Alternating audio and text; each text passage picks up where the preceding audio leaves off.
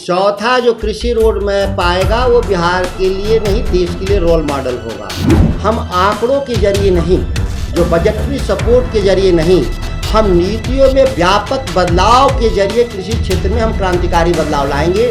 हम कृषि मंडी कानून को पुनः हम वापस लाएंगे, जिसमें बाजार में सक्रिय रूप से हस्तक्षेप करेंगे। 2006 में भारतीय जनता पार्टी के मंत्रियों ने क्या किया कि कृषि मंडी कानून को खत्म करवा दिया था, क्योंकि केंद्र में बैठे हुए लोग जो हैं उनके इशारे पर ही हुआ।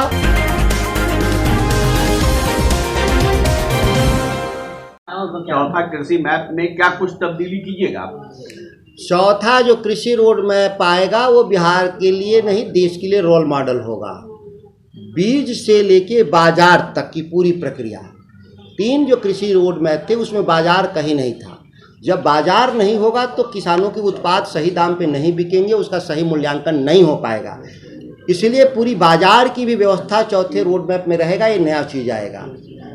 दूसरी सबसे महत्वपूर्ण बात, हम आंकड़ों के जरिए नहीं, जो बजटरी सपोर्ट के जरिए नहीं, हम नीतियों में व्यापक बदलाव के जरिए कृषि क्षेत्र में हम क्रांतिकारी बदलाव लाएंगे, जिसमें प्रमुख रूप से 2006 में भारतीय जनता पार्टी के मंत्रियों ने क्या किया कि कृषि मंडी कानून को खत्म करवा दिया था, क्योंकि केंद्र में बैठे हुए लोग जो हैं उनके इशारे पर ही हुआ।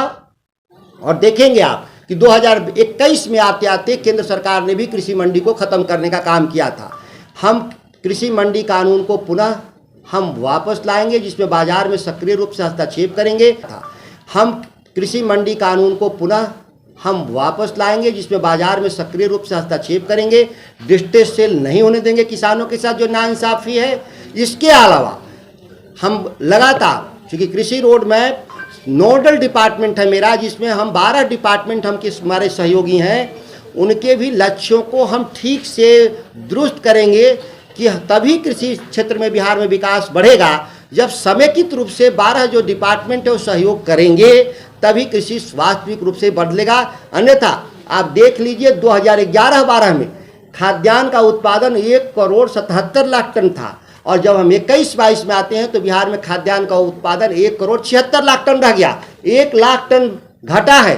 तो स्वाभाविक है कि 2 कृषि रोड मैप सही दिशा में नहीं काम किए, जिसके चलते परेशानी में बिहार के लोग हैं। जबकि दशकीय जनसांख्यिक वृद्धि दौर 25% माना जाता है, आबादी बढ़ी होगी 10 सालों में बिहार की, तो अतिरिक्त 25% जो जनसंख्या बढ़ा, उसके लिए हम अतिरिक्त खाद्यान्न का उपाय बिहार में नहीं कर पाए। ये सबसे बड़ी चुनौती है। सर मंत्री जी